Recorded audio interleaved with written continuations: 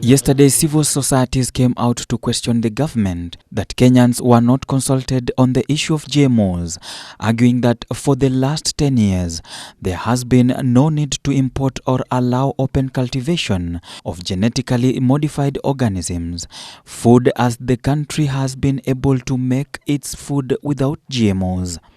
No public consultations were done, and the views of the public were not considered in the decision to lift the ban, which essentially curtails the freedom of Kenyans to choose what they want to eat or not. Kenyans are not aware or sensitized on the purported research or the report of the Kihumbu Thaire Task Force used to arrive at the decision in 2012, which stands in the violation of the provisions of the right to access information. A set of parliamentarians are of a different opinion. Vile tunakaa hivi Kenya, some of us we fly outside this country. We go to America, we go to UK, we eat GMO foods.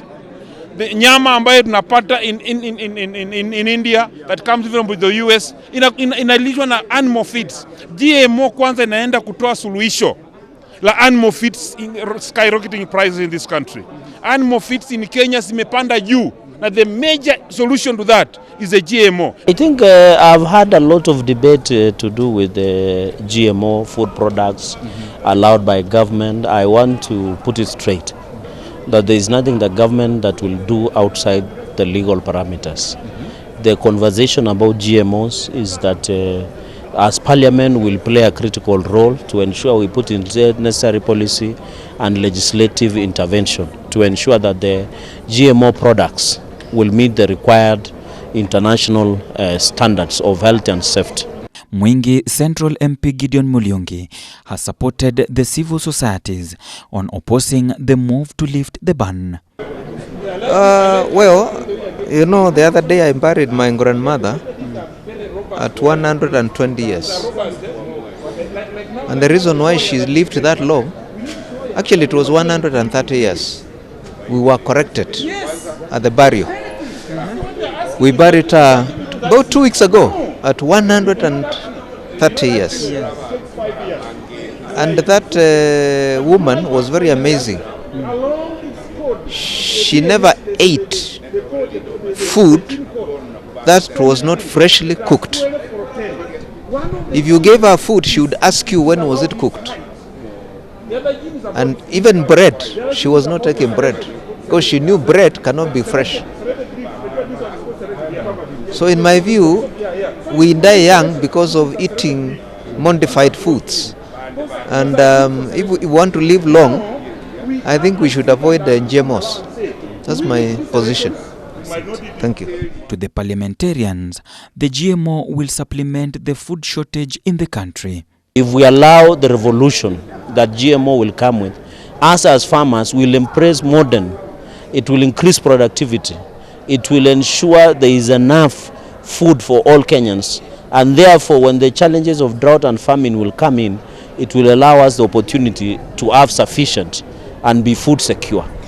There's the issue of public participation. Do you think there was a breach of the law? This matter, of course, the president issued a directive. And it does not mean that all the GMO products have been allowed without following the law. If this matter comes to the Senate and the National Assembly or Parliament, Article 118 of the Constitution talks about public participation in government bills and government, even not government, even any legislation that comes to the Parliament.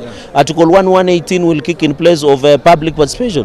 So the President knows very well that any decision that affects Kenyans, it must undergo through public participation. And those are principles. Here in Parliament, when they will come, we'll invite public under Article 118 to give their submissions. The executive is mandated to do public participation. So I don't think there is any affront to the law. So far, the MPs have shifted blame to different quarters, including opposition members of Azimio. Those people who are against GMO are from countries that they want to use their country to market their products in Kenya. I know our colleagues from the minority side or Azimio One Kenya Alliance, they want to peddle. They want to create a scare tactics by telling Kenyans GMOs will cause cancer. These are some of the issues that we'll put in place to ensure the government necessarily puts measures. I can assure you. So I think I want to appeal, and I saw today in Senate and even in media, the Azimio One Kenya Alliance wants just to confuse Kenyans, wants to scare Kenyans. Please let us, this is a scientific issue that will be addressed scientifically, and if anybody has a question, it should be addressed appropriately through the necessary mechanism. And for avoidance of doubt, are Kenyans safe? We are safe because it will not, people are behaving that the government will allow people to eat any other GMO. In fact, when you go to the West, the GMO products have been labeled as opposed to organic. So I want to confirm to you, Kenyans are safe because these things will be done within the required and allowed standards internationally in terms of how GMO produce and products are being managed. So Kenyans are safe. Genetically modified foods were first approved for human consumption in the United States in 1994, and by 2014-2015, about 90% of the corn, cotton and soybeans planted in the United States were genetically modified.